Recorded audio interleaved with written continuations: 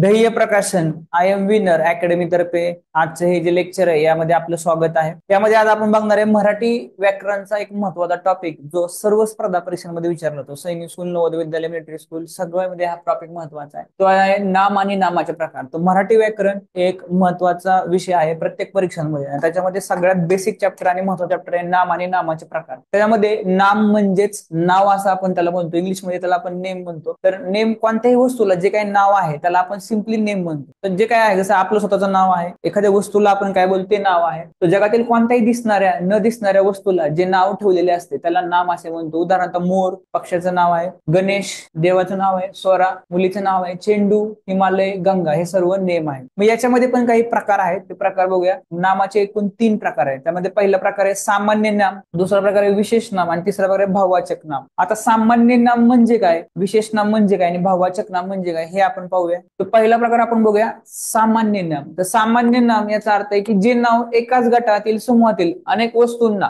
प्राण्यांना, गोष्टींना दिले जाते अशा नावाला सामान्य नाम म्हणतात. म्हणजे ते एकाच गटामधील सगळ्यांना चालू शकतं. फॉर एक्झाम्पल आपण म्हटलं मुलगा, तर मुलगा मध्ये सर्व मुलं आली किंवा सर्व मुले आली. आपण म्हटलं की कुत्रा, तर कुत्र्यामध्ये सर्व कुत्रे आले. म्हणजे अशा प्रकारे ते जे नाम त्या गटातील सर्वांना आपण वापरू शकतो त्यांना आपण सामान्य नाम म्हणतो. उदाहरणार्थ मुलगा, चित्र, पर्वत, तारा, घर, सर्व घर याच्यामध्ये, माणसं किंवा माणूस, सर्व माणूस, चांदी, तो चांदी मध्ये सर्व प्रकार, म्हणजे ज्याच्यामध्ये सर्व प्रकार येतात. एखाद्या गटाला आपण पूर्णपणे एखाद्या ग्रुपला एखाद्या त्याच नावाने हाक मारू शकतो. फॉर एक्झाम्पल माणूस दुरुबा, याच्यामध्ये माणूस सामान्य नाम आहे. पण तुम्ही जर म्हटलं की स्वरूप दुरुबा आहे, तर स्वरूप हे मुलाचं नाव आहे, ते याच्यामध्ये येणार नाही, कारण स्वरूप हे एक स्पेसिफिक विशिष्ट नाव आहे. त्यानंतर तारा चमचम चमकत आहे, तारा. देन पुस्तक खूप जाड आहे, तर पुस्तक. जगातल्या कोणत्याही पुस्तकाला आपण पुस्तकच बोलतो. तो अशा प्रकारे एखाद्या गटातील समूहातील सर्व वस्तूंना आपण जे नाव देतो त्यांना आपण सामान्य नाम असे म्हणतो. नामाचा पुढचा प्रकार आपण बघतोय तो म्हणजे समुदायवाचक नाव. त्याला आपण इंग्लिशमध्ये बोलतो कलेक्टिव्ह नाम. नावावरनं समजते समुदाय म्हणजे ज्या ठिकाणी खूप लोक किंवा खूप वस्तू एकत्र असतात, अशा एकत्र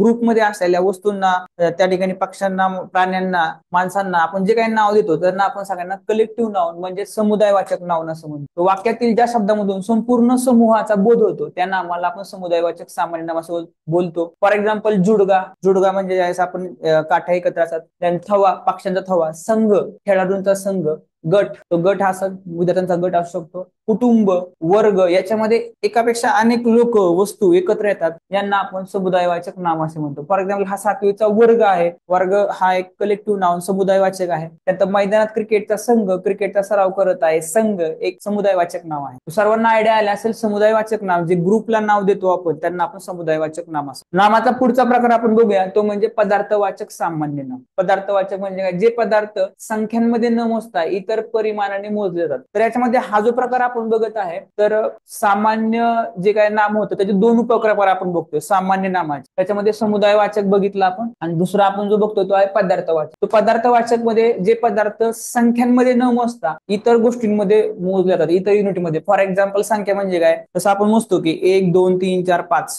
अशा प्रकारे ज्या वस्तूंना मोजता येत नाही त्या वस्तूंना आपण पदार्थवाचक नाम असे म्हणतो. फॉर एक्झाम्पल तांदूळ, आपण तांदूळाला असं मोजू शकत नाही की 1 तांदूळ 2 तांदूळ 3, आपण ते किलो बोलावं लागतं. तर किलो हे वेगळं बोलावं लागतं. तो आपण काउंटिंग नाही करू शकत 1 2 3 4 5, 1 2 3 4 5. जसं की दूध, आपण म्हणू शकत नाही 3 दूध द्या, किंवा साखर 4 साखर द्या, किंवा चांदी 4 चांदी द्या, असं नाही म्हणू शकत. त्यांना वेगळं युनिट वापरावं लागतं. सो त्यांना आपण पदार्थवाचक सामान्य नाम असं म्हणतो. भांड्यामध्ये 4 लिटर दूध आहे, दूध पदार्थ. मोनिकाने 4 तोळे सोने खरेदी केले, सोने. हे सर्व पदार्थवाचक नाव की ज्यांना आपण 1 2 3 4 1 2 3 4 असं आपण काउंट करू शकत नाही, त्या सर्वांना आपण पदार्थवाचक नाम असे म्हणतो. पुढचा मेन प्रकार, 2 नंबरचा मेन प्रकार आहे सामान्य नाम. आपण पाहिले त्याचे 2 उपप्रकार पाहिले. आता आपण पाहतोय विशेष नाम. दुसरा प्रकार, एखाद्या वस्तूला किंवा प्राण्यांना आपण ज्या विशेष नावाने ओळखतो त्या नामास विशेष नाम असे आपण म्हणतो. फॉर एक्झाम्पल एखाद्या व्यक्तीचे स्थान, नाव यांना सगळ्यांना दर्शवणारे जे नाव आहेत त्यांना. फॉर एक्झाम्पल भारत, तो भारत, इंडिया किंवा भारत हा आपल्या देशाचं नाव आहे,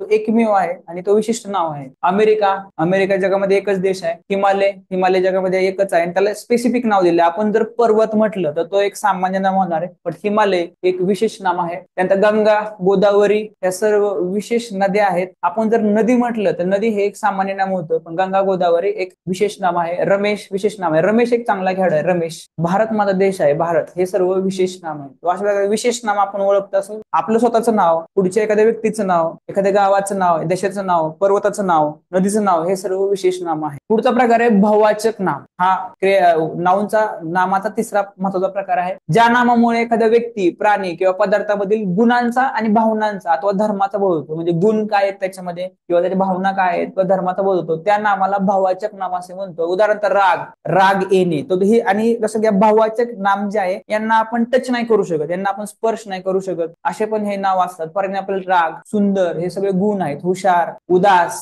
आळशी, प्रेम, प्रामाणिक, मेहनती, हे सर्व असे नाऊन आहेत की ज्यांना आपण टच नाही करू शकत आणि यांच्यामधून गुणांचा, भावनांचा बोध होतो आपल्याला. फॉर एक्झाम्पल सतीश वर्गातील सर्वात हुशार मुलगा आहे, तो हुशार हे या ठिकाणी भाववाचक नाम आहे. निकिता खूप सुंदर दिसते, सुंदर भाववाचक नाम आहे. समीरा आळशी मुलगी आहे, त्या ठिकाणी आपला आळशी एक भाववाचक नाम. तर पुढचा प्रश्न तुमच्यासाठी आहे की मराठी व्याकरण नामाचे मुख्य किती प्रकार आहेत? त्याचं उत्तर आपण चॅट बॉक्समध्ये टाकू शकता. तर मुख्य प्रकार आहेत 3 प्रकार मुख्य आहे त्याचे. पुढचा प्रश्न आहे गर्व या नामाचा प्रकार ओळख. तर गर्व हे कोणत्या प्रकारचे आहे? तर गर्व असा शब्द ज्याला आपण टच नाही करू शकतो, कोणत्या प्रकारे? हा एक भाववाचक नाव आहे. पुढचा प्रश्न आहे दिलेल्या पर्यायामधून सामान्य नाम नसलेला शब्द निवडा. जो सामान्य नाहीये, तो आपण बघितलं घर सामान्य आहे, मुलगी सामान्य आहे, माणूस सामान्य, चंद्र हा सामान्य नाहीये, ते एक स्पेसिफिक नाव आहे. अशा प्रकारे आपण आज नाऊन म्हणजे काय बघितलं. आपण नक्की तिथे खाली कमेंट करा. बघूया, आपण भेटूया पुढच्या व्हिडिओमध्ये.